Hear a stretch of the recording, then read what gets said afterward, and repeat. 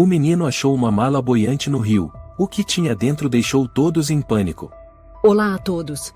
Aproveitem esses momentos de relaxamento enquanto assistem. A tarde de verão estava vermelha como faixas de fogo caindo sobre as águas do rio Paraíba. O calor sufocante parecia atravessar o peito das pessoas, fazendo com que a cidadezinha, já melancólica por si só, ficasse ainda mais abafada. Diego, um garoto de 15 anos, com a camiseta colada de suor, caminhava sozinho pela estrada de terra à beira do rio, onde as raízes das árvores antigas se estendiam até a beira d'água. Ele não gostava de ficar em casa. A mãe trabalhava no turno da noite na farmácia e chegava exausta. O apartamento no térreo sempre cheirava a água sanitária, com a TV do vizinho da esquerda ligada sem parar, o Sr. Tiago, um viúvo rabugento que vivia gritando com seus gatos. Diego costumava ir até o rio sozinho, catar pedras ou apenas ficar olhando a superfície da água. Hoje, no entanto, ele viu algo diferente. Entre as raízes, havia um objeto boiando devagar. Não parecia ser madeira nem uma garrafa. Ele se aproximou, as palmas das mãos suadas. Uma mala. Marrom encardida, com cantoneiras metálicas enferrujadas, quase toda coberta por raízes e sujeira. Diego mordeu os lábios, puxando com força para trazê-la até a margem, cada tranco fazia a água espirrar. Meu Deus! E ele sussurrou ao ver a mala pesada deitada inteira sobre a areia úmida. O zíper estava enferrujado, mas ainda abria. Ele pegou o isqueiro, aquele que sua mãe havia proibido, mas que ele escondia, e acendeu uma vareta afiada para usar como ferramenta. O que será que tem aqui dentro? Dinheiro? Livros? Ou, só lixo? Ele murmurou, forçando o zíper. Um cheiro podre se espalhou imediatamente. Um cheiro de cadáver. O coração dele disparou. As mãos tremiam. Dentro havia um saco preto de lixo, bem amarrado. Ele ainda não havia tirado a mão. Algo o impelia, como se estivesse hipnotizado, a abrir. O saco se rasgou. O que apareceu fez Diego cair para trás, vomitando sem controle. Uma mão humana. Já arroxeada, o pulso cortado de forma grosseira, os tendões e sangue ainda marcando o plástico. E o pior era o anel de prata ainda preso ao dedo anelar. Diego saiu correndo para casa, disparando pelos becos, passando como um raio pelos olhares espantados dos moradores. Quando chegou ao apartamento, entrou direto no banheiro e lavou as mãos até sangrar. O que você disse? Sua mãe, Dona Júlia, o olhava assustada, misto de preocupação e incredulidade. Eu achei uma mala. E dentro tinha uma mão. Uma mão de verdade, mãe. E tinha um anel de prata também. Diego tremia enquanto falava, o rosto pálido, as mãos apertando a cabeça. Chega! A mãe levantou a mão ou você ficou vendo filme de terror de novo, não foi? Já falei 1000 vezes que não é para assistir essas porcarias à noite. Não é isso. Mãe, acredita em mim. Ele gritou o eu juro. Tinha um cheiro horrível, cheiro de cadáver. Júlia, o garoto tá inventando coisa de novo? A voz do Sr. Tiago veio da parede, seguida de uma batida de bengala ou da outra vez disse que viu fantasma debaixo da cama. Diego gritou, eu não inventei. Mãe, por favor, acredita em mim só uma vez. Dona Júlia apertou os lábios, olhando para o filho que perderá o pai aos 7 anos. O garoto havia entrado em depressão por um bom tempo. E agora vinha com história de homão dentro de mala? Amanhã, se você ainda estiver falando disso, vou marcar psicólogo. Ela disse, em voz baixa. Diego virou o rosto, os olhos vermelhos. Ninguém acreditava nele. Ninguém. Na manhã seguinte, Diego acordou cedo. Foi direto ao rio ao lugar onde estava a mala no dia anterior. Mas agora, só havia um pedaço de terra, com várias pegadas. A mala tinha sumido. Não restava nada. Não pode ser, ele murmurou. Não pode simplesmente ter desaparecido. Abaixou-se, olhando entre as raízes, revirando tudo. Procurava qualquer vestígio, sangue, qualquer coisa. Nada. Como se nunca tivesse havido nada ali. O som de uma moto interrompeu o silêncio. Um rosto conhecido surgiu, o Sr. João, o vizinho que morava 2 casas depois da sua, estava passeando com o cachorro. Bom dia, Diego. O que faz aí na beira do rio tão cedo? Ele perguntou, com um olhar gentil. Diego levantou a cabeça, trêmulo, eu vi uma mala ontem. Com uma mão dentro, é sério, tio? O Sr. João franziu a testa, inclinando a cabeça, uma mão? Numa mala? Aqui. Tem certeza? Tinha um anel de prata igualzinho ao que o senhor tá usando. Diego apontou. O Sr. João parou. Um brilho estranho passou por seus olhos. Mas só por um segundo. Ele logo riu e bagunçou o cabelo do menino. Você tá imaginando coisas. Aqui nesse lugar não tem crime, não. O mais assustador são os gatos do seu Tiago. Naquela tarde, Diego tomou uma decisão. Foi até a delegacia. Ficou em frente ao balcão, apertando a barra da camisa. O policial de plantão, Gabriel, um sujeito barrigudo e calvo, ergueu uma sobrancelha. O que foi, Diego? Sua mãe mandou você aqui? Não, eu vim denunciar uma coisa. Roubaram sua bicicleta? Não, eu achei uma mala no rio. Com uma mão dentro. O ambiente ficou tenso por um instante. Depois, Gabriel caiu na risada. Uma gargalhada alta. Mão humana? Dentro de uma mala? O menino, vai escrever romance policial, é? Diego fechou os punhos, é verdade. Tinha um cheiro horrível, a mão tinha anel de prata, eu passei mal o dia todo. Outro policial, mais jovem, se aproximou com um copo de café. Esse é o garoto que postou que viu fantasma no cemitério, não é? É ele mesmo. Gabriel assentiu. As crianças de hoje inventam cada coisa. Disse o jovem policial, balançando a cabeça. Diego tremia, e não tô mentindo. Se os senhores forem lá, vão ver as pegadas, a lama. Gabriel cruzou os braços e vai para casa. E escuta um conselho, se continuar inventando essas histórias, vai acabar indo parar em reformatório. Polícia não é brincadeira. Ele ficou parado por um bom tempo, como uma estátua. Depois virou-se e saiu. Lá fora, o sol ainda queimava, mas dentro de Diego, uma tempestade se formava. Ele não sabia que, naquele exato momento, um caminhão sem placa passava devagar pela margem do rio. Na carroceria, uma mala enferrujada, coberta por lona preta. E atrás do volante, um homem de camisa branca, com um anel dourado no dedo, e um sorriso torto no canto da boca. Naquela noite, Diego jantou sem saber o que estava comendo. Olhava para o prato frio sem dizer palavra. Sua mãe, Dona Júlia, também ficou em silêncio. Os dois pareciam sombras, envoltos numa atmosfera estranha. Na TV da sala, passava o noticiário local. O apresentador lia com voz mecânica. A Prefeitura de Vale do Paraíba aprovou o projeto de aterro de parte da margem do rio, financiado pela empresa Construções Bernardo. A obra começará no mês que vem e deverá gerar 60 empregos para a comunidade. Construir na beira do rio. Diego murmurou, levantando a cabeça, ou vão destruir o único lugar natural decente dessa cidade. Júlia!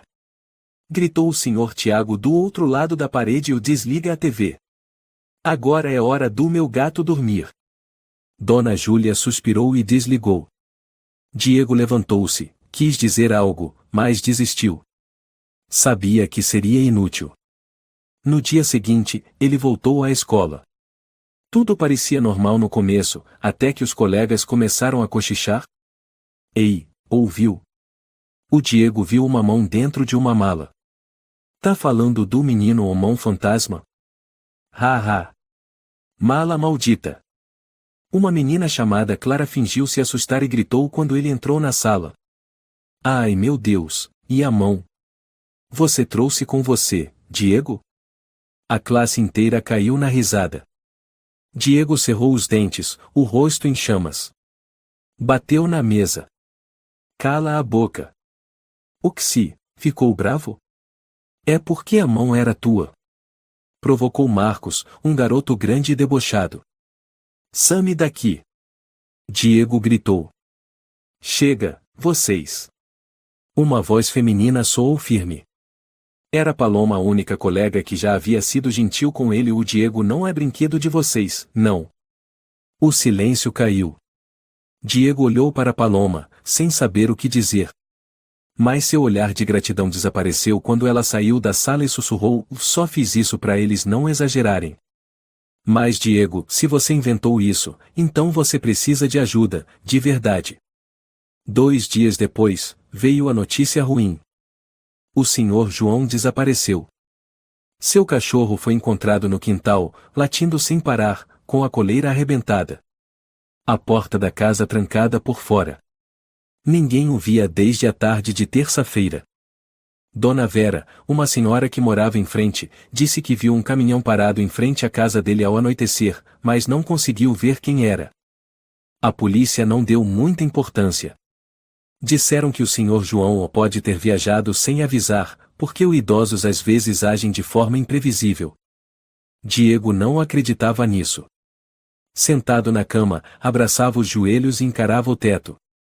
A mão dentro da mala, o anel de prata igual ao do Sr. João.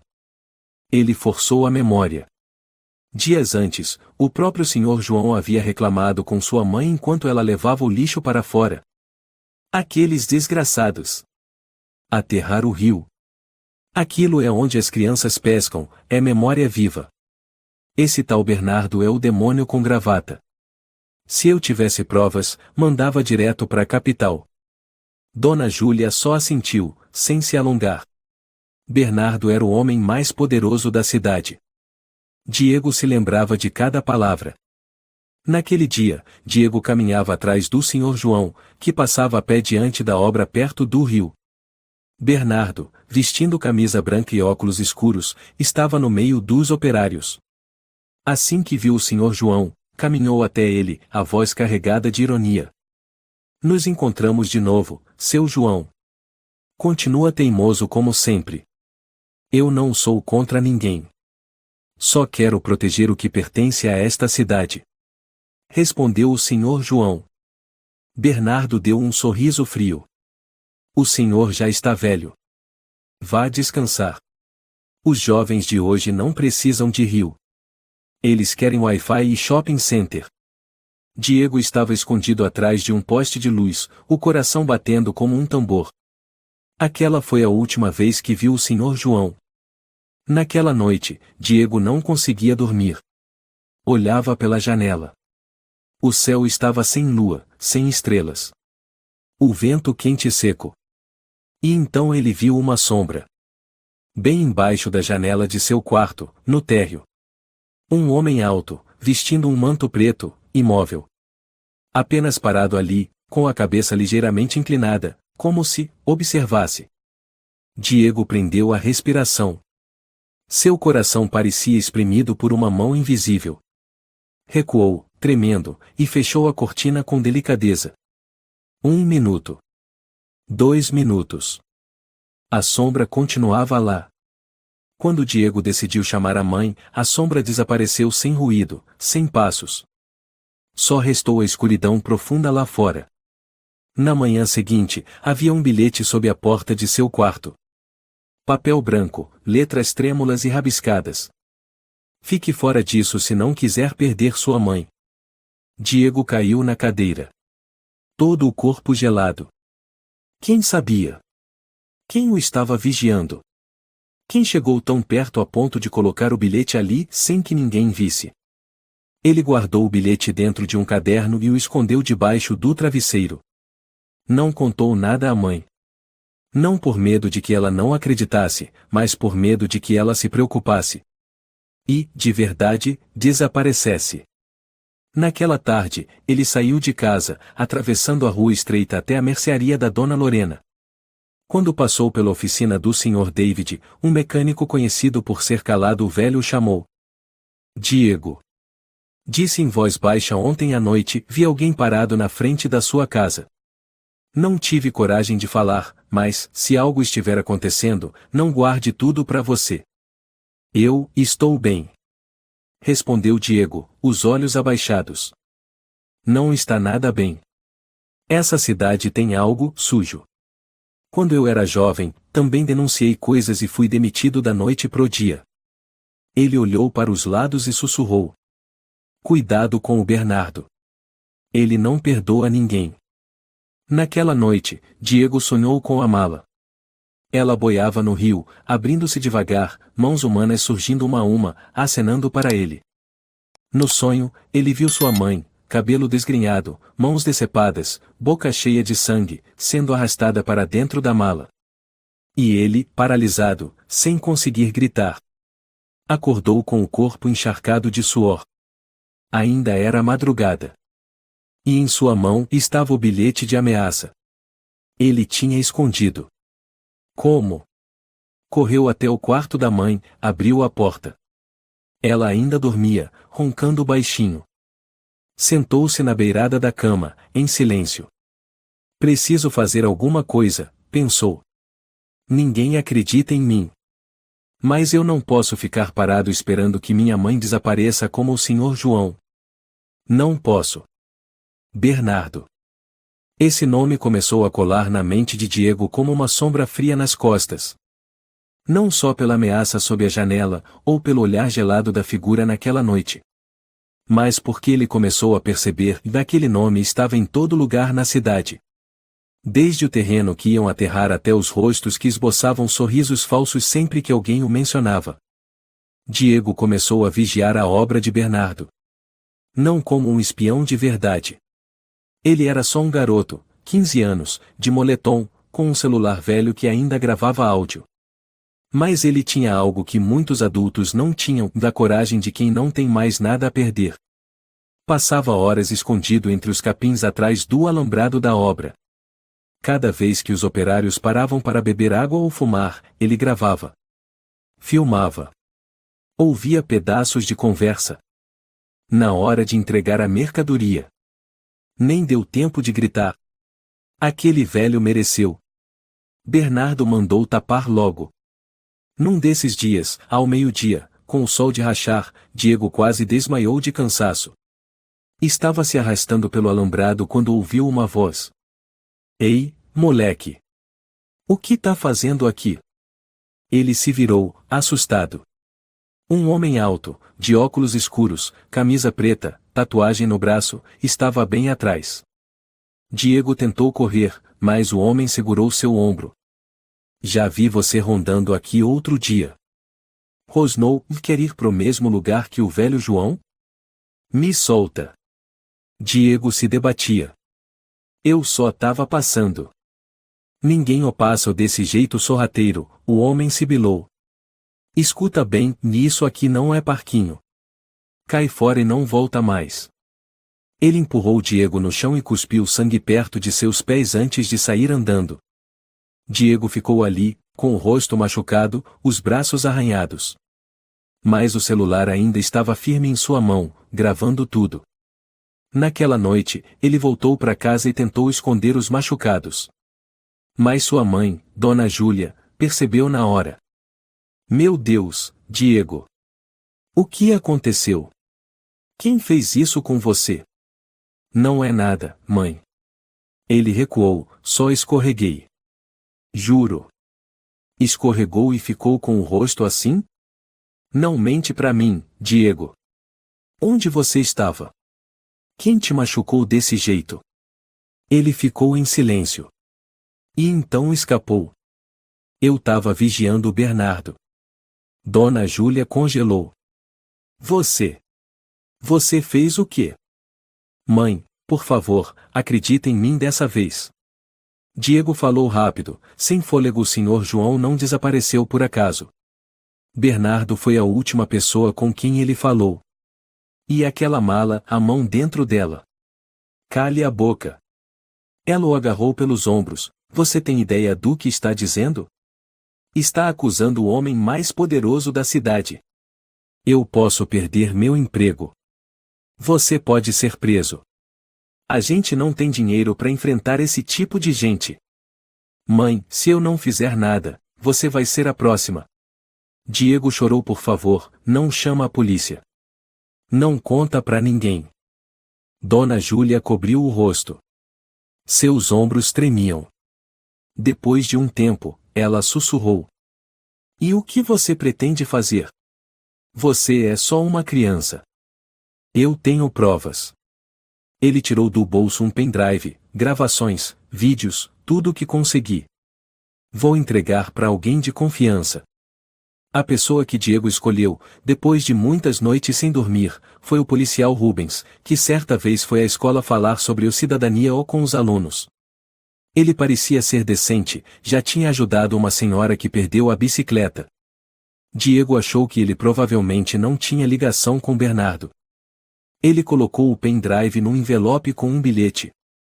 Por favor, não deixe que essa verdade morra comigo.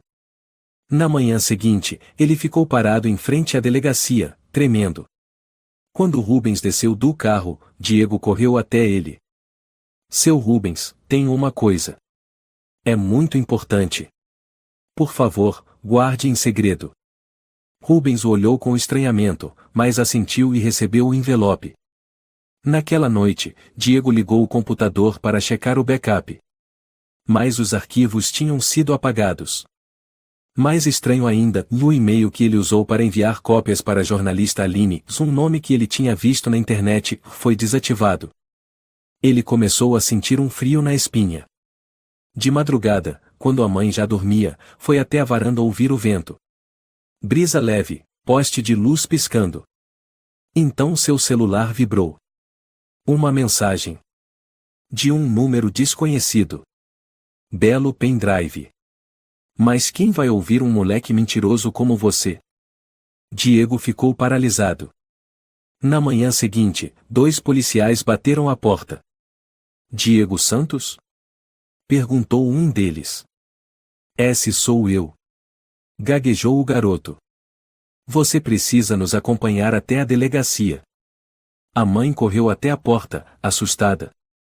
O que está acontecendo? O que o Diego fez? Recebemos uma denúncia de que o menino está espalhando notícias falsas, causando alarme público. Disse o policial com frieza: se continuar, pode ser encaminhado para um centro de reeducação de menores. Não. Ele é só uma criança. Gritou Dona Júlia. Estamos cumprindo o protocolo. Por favor, não obstrua. O prédio inteiro murmurava. Vizinhas atrás das cortinas cochichavam entre si. Diego foi liberado depois de 1 hora de interrogatório sem provas claras. Mas o dano já estava feito. Na semana seguinte, sua mãe, uma mulher forte e honesta, foi demitida da farmácia. No papel da demissão, a justificativa era: não se enquadra nos padrões éticos da empresa, prejudicando a imagem institucional. Diego leu, com as mãos trêmulas. Foi por minha culpa. Dona Júlia não respondeu. Apenas entrou no quarto e fechou a porta. Naquela noite, Diego ouviu o som de choro. Um choro abafado, como se alguém estivesse sendo sufocado de dentro para fora. Depois disso, ninguém mais no prédio o cumprimentou. O Sr. Tiago, aquele que vivia reclamando por causa dos gatos, agora batia a porta com força sempre que via Diego passar. Paloma, a colega de classe, evitava seu olhar. Marcos e o grupo de amigos dele às vezes jogavam pedras na porta da casa de Diego, rindo alto e depois fugindo. Ele se tornará um fantasma. Um excluído. Um pária. Numa noite, ele estava sentado à janela, olhando para a última mensagem recebida do número desconhecido. Garoto da mão fantasma. Você devia ter ficado calado como os outros. Diego desligou o celular. Pegou o primeiro bilhete de ameaça. O papel já estava amassado. Ele o comparou com a mensagem. A mesma caligrafia. O mesmo gelo na espinha. Começou a chover. A primeira chuva da temporada caía sobre as telhas, tamborilando no vidro, misturando-se ao desespero que inundava Diego por dentro. Ele desabou em lágrimas. Ninguém acreditava nele. Ninguém queria ajudá-lo. Pensou na mão dentro da mala. Pensou na mãe, dormindo com o rosto carregado de tristeza. Pensou naquela figura na noite em Bernardo, com seu sorriso cínico, dizendo no canteiro de obras: tudo resolvido. Ninguém vai encontrar nada.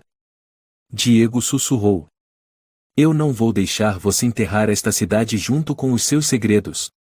O vento do rio soprava gelado contra o rosto de Diego enquanto ele seguia, em silêncio, pela trilha de terra que levava ao canteiro de obras. A lua minguante pairava indiferente no céu escuro, sem brilho suficiente para iluminar os passos que afundavam na lama entre as raízes. O relógio em seu pulso piscava em 2h41 da manhã. Sua mãe dormia profundamente, depois de 3 dias exaustivos tentando arrumar emprego, sem sucesso. Diego sabia o motivo, mesmo sem ler os motivos. Ele não teve coragem de acordá-la, nem forças para explicar que, desta vez, não dava mais para esperar. Ele precisava de provas. A qualquer custo. Diego chegou à área dos contêineres no limite do canteiro, onde Bernardo alugava acomodações provisórias para operários e supervisores. Ele sabia que ali não havia câmeras públicas. Bernardo era esperto demais para deixar rastros. Abaixado, Diego se arrastou por baixo da cerca de arame farpado, rasgando o ombro da blusa. No bolso, levava um gravador novo, um celular velho e um pedaço de mapa que ele mesmo desenhou com base no que havia observado, nos pontos de entrega de materiais, um galpão de madeira abandonado, e um local suspeito, onde o Sr. João havia discutido com Bernardo. De repente, um feixe de lanterna varreu o terreno. Diego se jogou no mato, prendendo a respiração. Ouviu alguma coisa? Perguntou uma voz grave. Não sei. Achei que escutei barulho ali perto do lixo. 2 homens uniformizados passaram perto. Um carregava um porrete, o outro uma lanterna. Ficaram parados por alguns segundos, depois seguiram caminho. O som dos passos foi se afastando. Diego esperou mais alguns minutos, depois continuou rastejando. Cada movimento doía como se ele estivesse sendo dilacerado por dentro. Não era mais um jogo de detetive juvenil, era uma luta pela vida. Perto de um terreno rebaixado, viu uma lona preta cobrindo uma estrutura de madeira. Embaixo havia uma cova rasa, parcialmente coberta. Algo cheirava mal. Ele se aproximou, as mãos tremendo. Abaixou-se e puxou a lona com cuidado. Era apenas um saco de cimento molhado. Mas o sangue seco na borda da lona era inconfundível. Ele ligou o gravador, murmurando. 17 de junho. Localização: atrás do armazém B. Vários indícios suspeitos. Manchas de sangue seco em material descartado. Cheiro igual ao da vez da mala. O clique soou atrás dele. Diego se virou num pulo. Um homem careca, barba cerrada, olhos injetados estava ali, segurando uma barra de ferro. Filho da puta! Não deu tempo de fugir. O homem avançou e acertou o ombro de Diego com força. Ele gritou, caindo na lama, ainda agarrado ao gravador. O homem chutou seu estômago. Quer virar a próxima mão, é isso? Acha que somos palhaços? Diego se levantou cambaleando, o sangue escorrendo pela testa, e recuou com dificuldade. Pode me matar. Disse entre respirações curtas, mas eu já fiz backup. Eu enviei. Se eu sumir, a cidade inteira vai saber. O homem parou. Os olhos se estreitaram, desconfiado. Enviar? Enviar para quem? Diego não respondeu. Ele apenas gritou e lançou o gravador em direção aos arbustos, depois saiu correndo em disparada rumo à cerca. Passos pesados vinham atrás. O coração batia descompassado. Diego pulou o arame farpado, o calcanhar rasgando no fio. O corte foi profundo, mas ele nem sentiu. Gritos atrás dele. Você tá morto, seu merdinha. Mas Diego desapareceu na escuridão. Levou quase 1 hora para voltar para casa, exausto como um cadáver. Sua mãe ainda dormia, alheia a tudo. Ele trancou-se no quarto, limpou os ferimentos por alto e escondeu o gravador debaixo da cama, dentro da gaveta onde um dia guardou sua fantasia de super-herói de infância. As mãos ardiam. A perna sangrava. Os olhos ardiam. Mas ele estava vivo. Na manhã seguinte, Dona Júlia viu a camisa rasgada, o ombro roxo, a perna mancando. De novo? Diego, eu não aguento mais. Não fala nada. Ele arfava se a senhora contar, se avisar alguém, eu juro que da próxima vez a senhora não acorda mais. Ela desabou em lágrimas, abraçando o filho. Eles estão te matando, meu filho. Estão matando a mim também. Não. Diego sussurrou, eles só vencem se a gente se calar. Naquela noite, Diego foi escondido até a agência dos Correios, onde enviou uma cópia do pendrive, recém-gravado a partir do áudio, para um endereço antigo que achou numa revista da mãe, Paulo Santana, um jornalista independente que, segundo dizia o texto, já investigara casos de corrupção no sertão. Mesmo sem saber se ele ainda atuava, Diego precisava arriscar. No envelope, colou um bilhete escrito a lápis. Se o senhor ainda acredita na justiça, por favor, ouça o que está aqui. Saiu da agência em silêncio, caminhando debaixo da garoa, sentindo como se alguém martelasse seu peito a cada passo. No dia seguinte, foi à escola, não para estudar, mas para pegar um dos panfletos de propaganda que Bernardo distribuía sobre o projeto do Rio. Rasgou um pedaço e guardou no bolso, como quem recolhe provas de um crime ainda sem julgamento. A caminho de casa, Paloma o chamou. Diego. Ele parou. Ouvi dizer que bateram em você de novo. Ele não respondeu. Você não pode continuar assim, sozinho. Eles vão acabar te matando. Eu não tenho escolha. Diego disse, o olhar gelado. Você acredita em mim?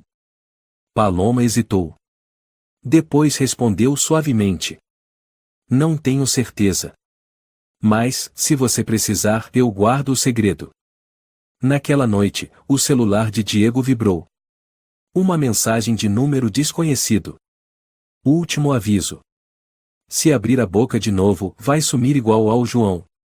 Junto, uma foto. Sua mãe, voltando do mercado. As pernas de Diego falharam. Vomitou no lixo. Depois encolheu-se no chão, tremendo como um gato afogado. Sozinho. Um menino, perdido na escuridão, cercado de ameaças por todos os lados. Ele sussurrou entre os dentes cerrados. Por favor, alguém, por favor, acredita em mim. Uma semana depois de ter enviado o pendrive ao jornalista Paulo Santana, nenhuma resposta chegou. Sem notícias. Sem e-mail de retorno. Sem ligação. Nada. A angústia crescia. Será que não chegou? Será que bloquearam? Será que mataram ele também?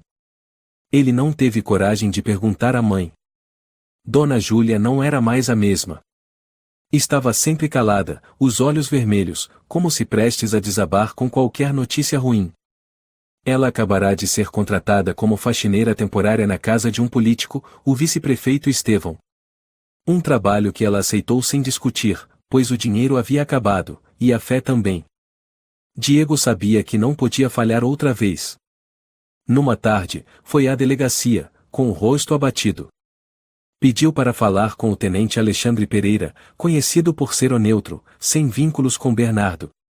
As pessoas da cidade diziam, se existe alguém justo ali dentro, é o Pereira. Era um homem de meia idade, rosto duro, cabelo penteado impecavelmente, sempre com a camisa engomada. Não sorria, não apertava mãos. Apenas assentiu com a cabeça quando Diego colocou o envelope sobre a mesa. O que tem aí dentro? Perguntou Pereira, seco. Prova de que o Sr. João foi assassinado e o canteiro de obras do Bernardo está sendo usado para esconder corpos.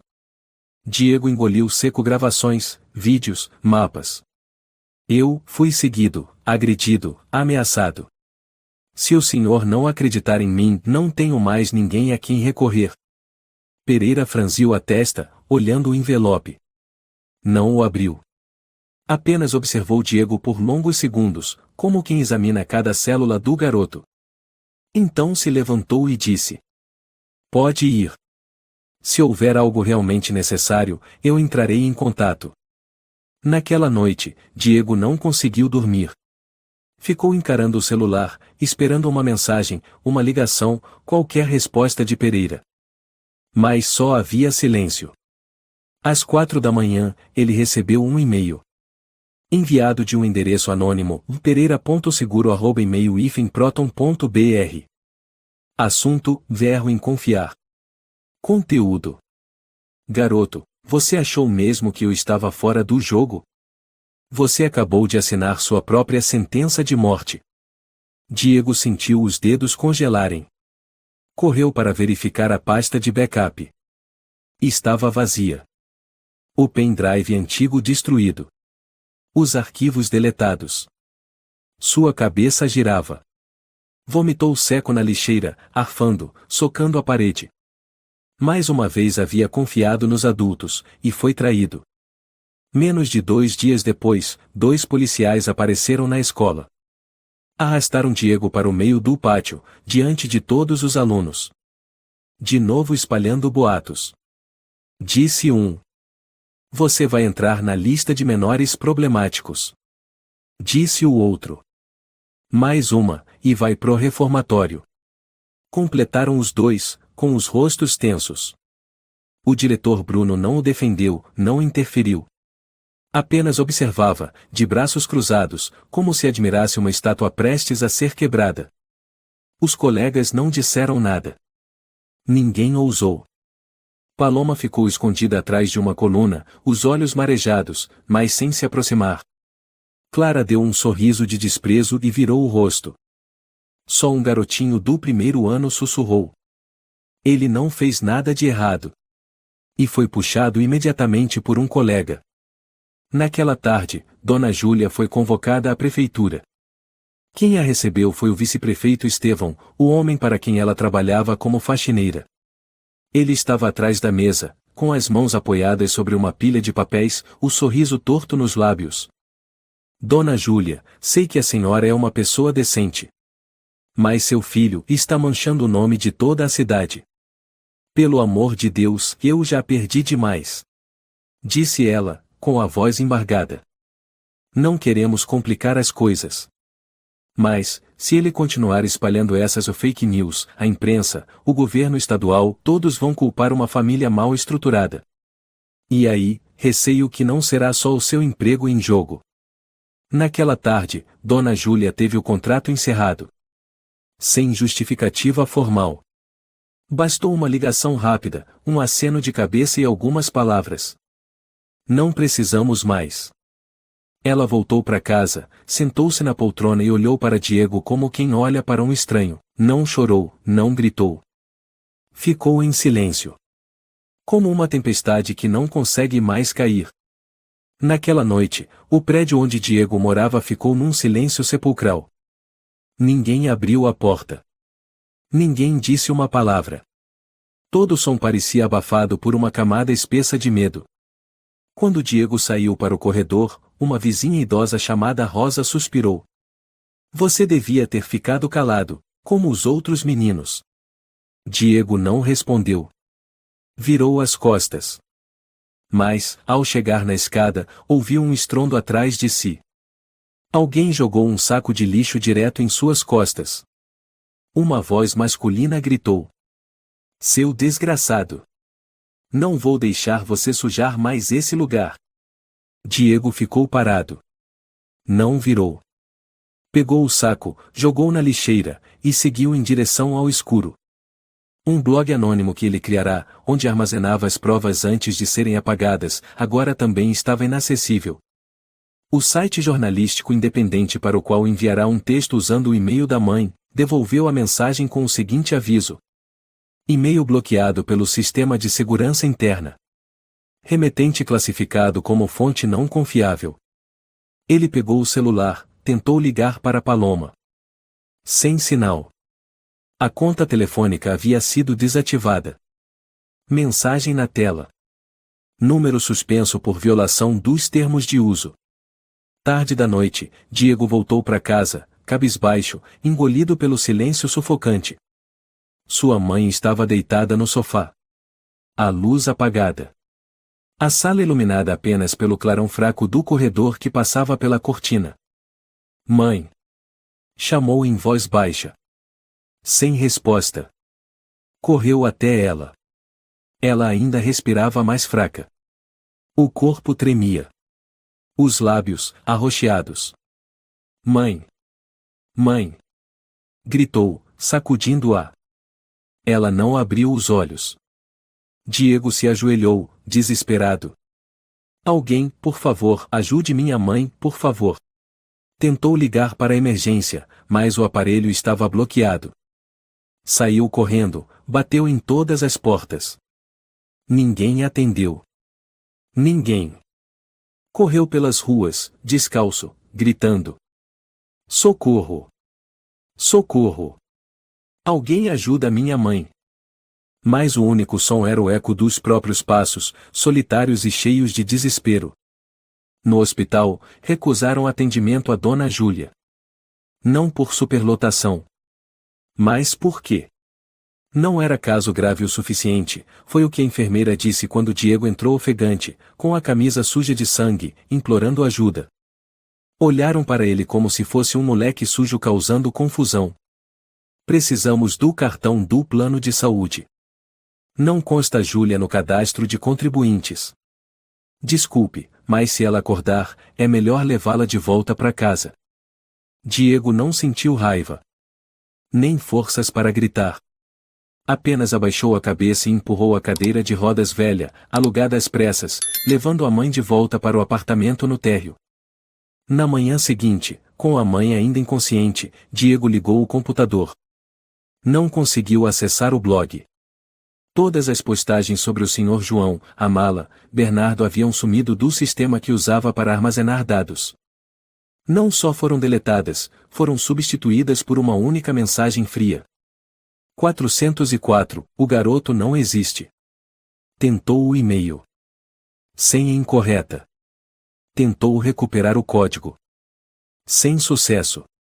Usou uma conta alternativa para enviar um novo artigo a outro site independente. 3 minutos depois, o e-mail retornou com a resposta.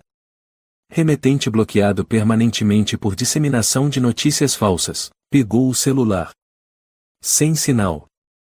Tirou o chip e colocou de novo. Nada.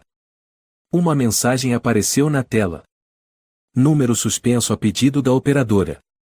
Ficou parado diante do computador. Naquela tarde, jogaram uma pedra na janela do apartamento de Diego. O vidro quebrou com estrondo. Sua mãe ainda não havia despertado. Ele correu até a porta, gritou. Quem foi? Pelo amor de Deus, deixem a gente em paz. Sem resposta. No chão entre os cacos um papel amassado, sujo de sangue da mão dele ao pegá-lo. Letra tremida, escrita com sangue fresco. Da próxima vez, não será uma pedra. Será o sangue da sua mãe. Naquela noite, Diego trancou a porta e empilhou móveis na entrada. Não dormiu. Apenas ficou sentado ao lado da mãe, segurando sua mão a última coisa que ainda lhe restava. Lá fora, o vento uivava como o choro de almas que nunca descansaram. Às 2h12 da madrugada, o telefone fixo tocou. Ele se sobressaltou. Sua mãe permanecia imóvel. Atendeu. Alô? Uma voz rouca, abafada, como vinda do subsolo, sussurrou. A próxima mão será da sua mãe. Crack. O barulho do telefone sendo desligado. Diego ficou paralisado. O aparelho escorregou de sua mão e caiu no chão de cerâmica. Ele olhou para a mãe, ainda inconsciente. Sentou-se no chão, os olhos vazios. Os ombros tremiam. Não de frio, mas porque sua mente se partia como o vidro quebrado da janela. Ao amanhecer, um grupo de estranhos apareceu na porta. Usavam ternos, óculos escuros. Não disseram nomes, não mostraram documentos. Esta área está em análise para desocupação, dentro do plano de reestruturação urbana. Disse um deles. Queremos verificar a estrutura da casa. Diego ficou na porta, bloqueando a entrada. Não. Essa casa é minha. Eles o encararam por longos segundos. Cuidado, garoto. Algumas coisas não sobrevivem muito tempo quando nadam contra a corrente. Foram embora, deixando apenas uma folha fina de papel. Notificação de inspeção técnica: o não cumprimento pode resultar em despejo forçado. Naquela noite, Diego tentou reescrever parte da história. As mãos tremiam sobre o teclado antigo. Digitou a primeira linha. Eu sou Diego Santos. Eu conheço o segredo de Bernardo. A tela apagou. Caiu a luz. A casa mergulhou na escuridão total. A mãe começou a respirar com dificuldade. Diego acendeu a lanterna, correu para pegar os remédios. Ela murmurou. Diego, vá embora, sai daqui. Não. A senhora vai viver. Eu não vou deixar ninguém te machucar. Eles não vão parar, são fortes demais, mais do que pensamos. A voz dela foi sumindo. Ele encostou o ouvido no peito dela, ainda batia. Diego a abraçou, olhando fixamente para a escuridão que tomava conta do quarto. Na manhã seguinte, a cidade seguia como se nada tivesse acontecido. Carros passavam, feiras abertas, o alto-falante da prefeitura anunciava desenvolvimento sustentável na região do Rio Paraíba. Diego estava sentado no terraço do prédio, abraçado aos joelhos, olhando o rio à distância. De cima, o rio parecia uma serpente sinuosa. Mas, na mente dele, era o começo de tudo. Ficou encarando o local onde tinha encontrado a mala. Onde sua vida virou um inferno. À tarde, Paloma apareceu. Bateu suavemente na porta. Diego abriu, os olhos fundos, olheiras roxas. Você está bem? Estou. Respondeu, sem encará-la. Ouvi dizer, sua mãe ainda não melhorou. Não tem problema. Vamos sair da cidade. Paloma regalou os olhos. Você vai desistir? Diego cerrou os punhos. Não. Mas você não entende. Isso aqui já não é mais uma cidade. É um pântano. Quanto mais a gente luta, mais afunda. Ela segurou sua mão, os olhos marejados. Eu não posso fazer muita coisa, mas, se um dia alguém acreditar em você, espero que... Não terminou a frase. Apenas deixou um bilhete. Não deixe que eles te calem para sempre. À noite, Diego sentou-se ao lado da cama da mãe e escreveu uma última frase no caderno que guardava desde pequeno. Se alguém encontrar este caderno, acredite, a verdade existiu, e eu tentei protegê-la. Largou a caneta, olhou o relógio. Os ponteiros se arrastavam. 3h17 da manhã. Nesse momento, ouviu-se uma batida na porta. 3 toques, lentos, rítmicos, gelados. Diego não se moveu. A mãe dormia. Os toques vieram de novo, mais fortes. Ele caminhou até a porta, parou atrás da barreira de madeira. Não respirava. Não ousava espiar pelo olho mágico. Do lado de fora, ninguém. Apenas um bilhete foi empurrado por baixo da porta. Vamos deixar você viver. Mas em silêncio. Para sempre. Diego se sentou, encostado na porta. Não chorou. Não falou. Não havia mais nada a perder. Nada a proteger. Fechou o caderno. Encostou a cabeça na parede. E deixou a escuridão se infiltrar, como se ela nunca tivesse ido embora. 3 dias se passaram desde o último bilhete de ameaça. A casa já não tinha mais luz. A escuridão não dominava só o teto, mas também o coração de Diego. Sua mãe ainda não havia despertado totalmente. Às vezes abria os olhos por um instante e voltava a desmaiar. Febres fracas vinham e iam, mas o hospital seguia recusando atendimento. Cuidados domiciliares o diziam, antes de virar as costas. Diego já não verificava e-mails. Não ligava mais o computador. Só lhe restava uma única rotina: sentar ao lado da mãe. Limpar o suor. Dar soro com colher. E esperar. Esperar algo que ele mesmo já nem sabia mais o que era. No quarto dia, Diego decidiu tentar ligar o celular novamente. Tinha comprado, em segredo, um chip novo de um ambulante chamado Nando, único na cidade, que ainda lhe sorria. Discrição, tá? Diego entregou o dinheiro dobrado. Nando piscou. Nem sei quem você é, garoto. Mas se quer sumir, não usa número verdadeiro. Ligou o aparelho. Não ligou para ninguém. Só queria verificar algumas coisas. Entrou no site onde guardava os vídeos, onde antes havia postado trechos de áudios gravados no canteiro. Mensagem de erro. Vídeo violou as diretrizes da comunidade. Conta suspensa. Tentou o cache do navegador, onde havia versões salvas. Mensagem de erro. Arquivo não encontrado. Página removida por solicitação de autoridade competente. Digitou o próprio nome no buscador. Diego Santos, Vale do Paraíba, blog. Nada. Sem resultados. Sem matérias. Sem imagens. Nem sequer um post antigo. Como se nunca tivesse existido. Tentou acessar um antigo fórum, onde um usuário anônimo havia escrito: eu também vi a mala. Conta excluída. Postagem apagada. Restava apenas um comentário de outro perfil, Veritas789. A história desse garoto é invenção. Parem de espalhar loucura. Não houve mala.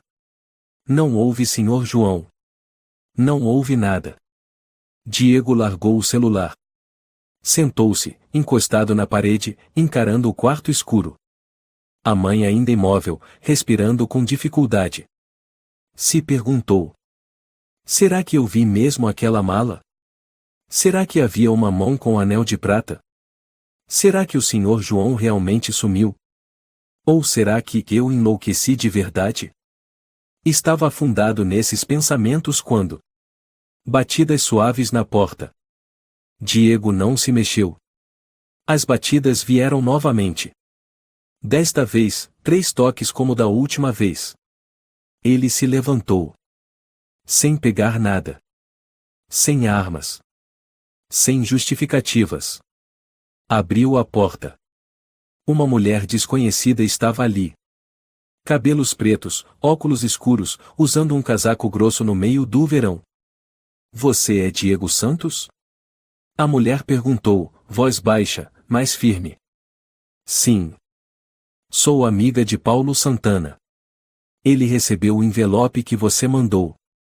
Mas foi preso 3 dias depois, acusado de atrapalhar obras públicas no sertão. Diego ficou em silêncio. Depois murmurou: Então você é. Meu nome é Aline. Disse ela. Sou jornalista independente. Não trabalho para a grande imprensa. Vim até aqui porque acredito em você. O coração de Diego disparou. Ele deu um passo para trás. Isso é outra armadilha? Você sabe quantas vezes eu já fui traído? Não preciso que você confie em mim. Só preciso que me conte tudo, cada detalhe, cada fragmento. E se eu conseguir confirmar, eu vou publicar. Sem passar pela polícia. Sem passar por nenhuma autoridade. Só eu, você e a verdade. Diego ficou calado. Depois de quase 1 minuto, abriu mais a porta. Entre. Mas prometa uma coisa, e se eu desaparecer, conte tudo. Inclusive que eu errei, que fui fraco, que senti medo. Aline assentiu. Promessa de jornalista, sem pseudônimo. 2 horas depois, Aline saiu do apartamento levando consigo um mapa desenhado à mão do canteiro de obras, 3 folhas com o depoimento de Diego, um bilhete de ameaça escrito com sangue e a única foto restante recortada de um panfleto onde apareciam Bernardo e o vice-prefeito Estevão. Antes de ir, colocou a mão no ombro de Diego. Você ainda está vivo, isso já é metade da vitória. Diego deu um meio sorriso. Você está enganada. Eu não estou vivo. Só ainda não morri. Aline não respondeu. Virou-se e foi embora, deixando o menino parado ali, diante do apartamento mergulhado na penumbra, com a mãe inconsciente atrás dele, e um medo que parecia pulsar em cada veia. Naquela noite, o telefone fixo tocou pela última vez. Diego atendeu, as mãos trêmulas. Alô? Era a mesma voz, grave, áspera, como metal sendo arrastado sobre concreto. Você não faz ideia do que começou. Sua mãe foi só a introdução. Se você deixar alguém saber, se o seu nome aparecer de novo na internet, o sangue não será só um aviso. Diego não disse nada. Apenas ouviu. E desligou. Foi até a janela. Olhou o rio Paraíba, o lugar onde tudo começou. Sussurrou, como se fosse só para si. Eu sou só uma criança, mas a verdade não pode ser enterrada na lama para sempre. Sentou-se, pegou o caderno, e escreveu mais uma linha. Dia 17. Eu contei tudo. Agora é esperar. Fechou o caderno, apagou a luz e encostou-se na parede no escuro absoluto. Sem sonhos. Sem lágrimas. Sem esperança. Só o silêncio. 3 dias após Aline sair do apartamento escuro de Diego, a cidade de Vale do Paraíba seguia seu curso, tranquila, como se uma tempestade silenciosa não estivesse prestes a estourar. Aline estava sentada em uma cafeteria próxima à antiga igreja São Miguel. Usava uma jaqueta de viagem, óculos escuros grandes. Na mesa, um tablet, um café preto sem açúcar e um caderno de anotações preenchido com traços densos. Um garçom passou por ela e sussurrou. A senhora quer mais alguma coisa? Não, obrigada. Mas se alguém perguntar quem eu sou, diga que sou professora avaliando o patrimônio histórico. Aline sorriu. O garçom, um jovem chamado Mário, assentiu rapidamente e saiu apressado, deixando Aline sozinha na pequena sala cheia de barulho de colheres nas xícaras e música clássica espanhola ao fundo. Aline ligou o gravador, colocou os fones. A voz de Diego soou. O nome dele é Bernardo. Ele conhece o vice-prefeito Estevão. Ele discutiu com o senhor João, ele usava um anel de prata. Eu mesmo vi a mão dentro da mala. Ela ouviu esse trecho 3 vezes. Depois escreveu no caderno. Investigação. Canteiro de obras de Bernardo. Mansão de Bernardo. Prefeitura, C. Estevão. Local do terreno aterrado, atrás do galpão B. Fontes de verificação, Diego, 15 anos, Paloma, testemunha da agressão, Sr. Nando, vendedor do chip, mecânico David, ouviu Bernardo ameaçar João. Naquela tarde, Aline se passou por fotógrafa turística, com uma câmera antiga pendurada no pescoço, aproximando-se do canteiro de obras. Desculpa, o que a senhora está fazendo aqui? Perguntou um segurança moreno, com uma tatuagem de ORO na testa. Sou turista. Gosto de fotografar obras, tem poeira, mas tem alma. Aline respondeu com um sorriso no sotaque típico de São Paulo. O segurança olhou a câmera e deu de ombros. Cuidado. Não devia chegar tão perto. Eu fico aqui fora. Prometo. Aline piscou, levantou a câmera mas não apontou para os andaimes, e sim para o canto da escavação que Diego havia descrito. Tirou 3 fotos. Ampliou. Algo se projetava sob a terra, como o fundo de uma mala de ferro. Naquela noite, Aline encontrou Paloma na antiga padaria da Dona Rosa. Você tem certeza de que não foi seguida? Aline perguntou em voz baixa. Paloma assentiu, nervosa. Eles ameaçaram me expulsar da escola se eu continuasse falando com o Diego. Mas eu não consigo me calar. Vi sangue nas mãos dele. Vi ele ser derrubado no canteiro. Você topa gravar seu relato? Estou com muito medo. Mas se eu não fizer, vão surgir mais casos como o do Sr. João. Aline entregou a ela um pequeno gravador. Conte tudo o que viu, ouviu, lembra. Não precisa ser em ordem. Deixe a verdade fluir. Nos 3 dias seguintes, Aline conseguiu ouvir mais 3 pessoas. Senhor Nando, o ambulante que vendeu o chip, confirmou que deu o número novo a Diego. Aquele menino parecia um zumbi. Não sabia mentir. Mecânico David ouviu Bernardo ameaçar João. Essa terra vai ser minha. Você não tem chance, velho.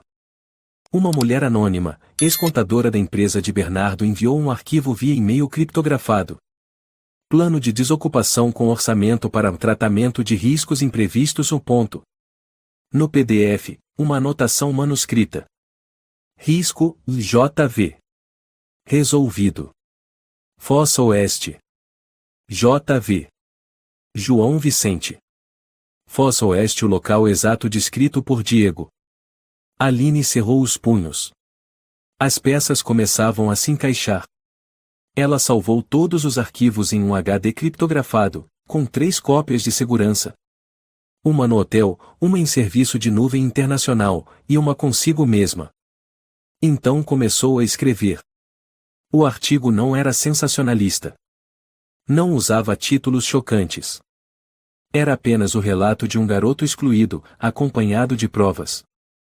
Fotos do canteiro, áudios gravados, testemunho de Paloma, e o PDF do plano de desocupação. Aline escreveu o título. O menino e a mala enterrada, o segredo mortal de Vale do Paraíba. Ela enviou o artigo para um portal independente de Salvador fora do controle de qualquer facção local. A editora-chefe chamava-se Lúcia Ferreira, uma jornalista já processada por expor escândalos financeiros na Bahia, agora trabalhando à distância. Aline ligou. Lúcia? É a Aline. Tenho algo, e urgente, muito confiável. Se não for publicado agora, talvez não haja outra chance. Lúcia não fez perguntas. Apenas respondeu. Mande em 5 minutos. Se for como você disse, vai estar na capa amanhã. Aline enviou o link com os documentos. Depois ficou em silêncio. E esperou. 8 horas depois, às 7 horas da manhã em ponto, a matéria foi publicada. Página principal, destaque. O menino e a mala enterrada. Investigação independente revela segredo mortal em Vale do Paraíba. Autora, Aline Martins. As redes sociais explodiram. Milhares de compartilhamentos nas primeiras 3 horas. A hashtag Justiça por Diego surgiu. Não dá para acreditar que isso aconteceu em uma cidadezinha. Matéria completa, comovente e clara. Diego é um herói. Bernardo é um monstro disfarçado de humano. Prendam ele agora. Será que a polícia local foi comprada? Exigimos investigação estadual. Na delegacia de Vale do Paraíba, o delegado Carlos Gabriel, aquele que havia zombado de Diego, jogou a xícara de café no chão. Merda! Quem deixou essa matéria vazar? Um policial mais jovem chamado Sérgio gaguejou. Acho que veio de Salvador. Um portal grande. Agora a imprensa nacional começou a repercutir também. Gabriel praguejou. Mas, quando o telefone tocou, era da Divisão de Investigação do Estado de São Paulo, ele só conseguiu engolir em seco. Sim, eu vou cooperar com a investigação. Diego foi acordado pelo som insistente da campainha. Arrastou-se até a porta. Diante dele estava Paloma, os olhos brilhando. Você viu? O quê? A matéria. Estão te chamando de o garoto que enfrentou o poder. Você tá na capa. Diego ficou paralisado. Você, tá brincando, né? Paloma pegou o celular e mostrou para ele. Na tela, a matéria, o nome dele em destaque. Ele se sentou pesadamente, sem conseguir dizer uma palavra. Os olhos marejaram. Pela primeira vez em meses, ele chorava, mas não por desespero. Era porque, enfim, alguém tinha escutado. Naquele meio-dia, carros da polícia do estado de São Paulo chegaram a Vale do Paraíba como uma tempestade em sentido contrário. À frente estava o delegado Felipe Moreira, famoso por investigar casos de corrupção na região sudeste. Um homem magro, de cabelos grisalhos, direto e incisivo. Assim que desceu do carro, apresentou o mandado de busca ao delegado Carlos Gabriel. Temos provas suficientes para vasculhar o canteiro de obras do Bernardo e todos os registros financeiros da empresa. Não, e não precisa disso, delegado, e Gabriel gaguejou ou é só, e fake news, sabe? Moreira respondeu com frieza. Então o senhor não tem nada a temer. No canteiro de obras a oeste onde Diego havia sido agredido, onde se escondera entre tijolos úmidos, a equipe forense começou a escavar o buraco coberto às pressas. Após 47 minutos, um grito irrompeu. Achei! Um objeto de metal grande, parece uma mala. A mala foi retirada de uma profundidade de cerca de 1,2 metros. O solo argiloso estava encharcado, mas o objeto estava intacto. Uma mala antiga, enferrujada, com fita adesiva marrom exatamente como Diego descrevera. Ao abrir, encontraram um saco plástico preto, amarrado com força. Dentro, uma mão humana, usando um anel de prata. Um pedaço de papel apodrecido, com a frase escrita à mão. Eu me opus a Bernardo. Não me calo. Não era necessário teste de DNA, todos sabiam, era João Vicente, o vizinho que havia desaparecido e que ninguém procurou. A notícia se espalhou rapidamente. Os principais portais estamparam. Corpo enterrado no canteiro de Bernardo, denúncia do garoto Diego é confirmada. Segredo macabro em Vale do Paraíba, rede de encobrimento exposta. Um repórter da TV Nacional apareceu ao vivo em frente ao canteiro. Este é o caso mais grave da região sudeste nos últimos 10 anos. Um menino de 15 anos foi isolado, ameaçado e quase perdeu a mãe, apenas por dizer a verdade. Bernardo foi preso enquanto almoçava em um restaurante de luxo em Campinas. Vestia um paletó branco, usava óculos escuros e ainda sorria. Vocês sabem quem eu sou? Ele rugiu ou fui eu quem sustentou essa cidade de merda? Moreira respondeu sem piscar. Agora vai sustentar a gente e com seu depoimento. Ao lado de Bernardo, 2 comparsas, o careca que agrediu Diego e o funcionário que assinou documentos falsos também foram algemados. Dentro do carro da polícia, Bernardo gritou pela última vez. Vocês vão se arrepender. Tenho advogado. Eu vou voltar. Moreira apenas disse ao motorista. Calem a boca dele. Por favor. Na prefeitura, o vice-prefeito Estevão foi afastado do cargo no mesmo dia. Um mandado de prisão estava em análise, após encontrarem uma gravação com sua voz dizendo: Bernardo já deu fim no João. Relaxa. Eu garanto que tá tudo limpo. Na sala de reuniões, os funcionários da prefeitura abaixaram a cabeça em silêncio. Aqueles que zombaram de Diego, que chamaram a mãe dele de semeadora de problema, agora encolhiam como fantoches com medo do vento. Aline voltou ao apartamento de Diego no final da tarde. Ele abriu a porta, os olhos ainda inchados pela falta de sono, mas havia algo diferente neles. Um brilho tênue, como o sol fraco no fim do inverno. Você voltou, e ele sussurrou. Eu mantive minha promessa. Não deixei a verdade morrer. Ele assentiu com a cabeça. Você, e foi a primeira pessoa que não me mandou ficar quieto. Aline sorriu de leve. A verdade, Diego, e é como um rio. Quanto mais tentam afundá-la, mais ela transborda. 2 dias depois, uma coletiva de imprensa foi realizada no auditório municipal. Algo nunca antes visto. Aline estava na primeira fileira. Ao lado dela, a mãe de Diego, Dona Júlia, mais magra, porém lúcida e fazendo esforço para estar presente. No palco, o delegado Moreira segurava o microfone. Anunciamos que Bernardo Santana foi formalmente acusado por 6 crimes, incluindo homicídio, ocultação de cadáver, suborno, intimidação de testemunhas e obstrução de justiça. As autoridades envolvidas no esquema serão punidas com o máximo rigor. E, por fim, agradecemos a um garoto que deu início a tudo isso. Ele se virou para o público. Diego Santos. Por favor, venha ao palco. O auditório ficou em silêncio absoluto. Diego subiu, o coração batendo como um tambor em chamas. Mas a mão de sua mãe, apertando a dele atrás do palco, era tudo o que precisava para se manter firme. Diante do microfone, ele respirou fundo. Eu não sei o que dizer. Eu só queria que as pessoas me escutassem. Só queria que, quando alguém visse aquela mão dentro da mala, acreditasse em mim. Eu não sou um herói. Eu sou apenas um garoto. Mas eu aprendi uma coisa: se a gente se cala, o mal cresce.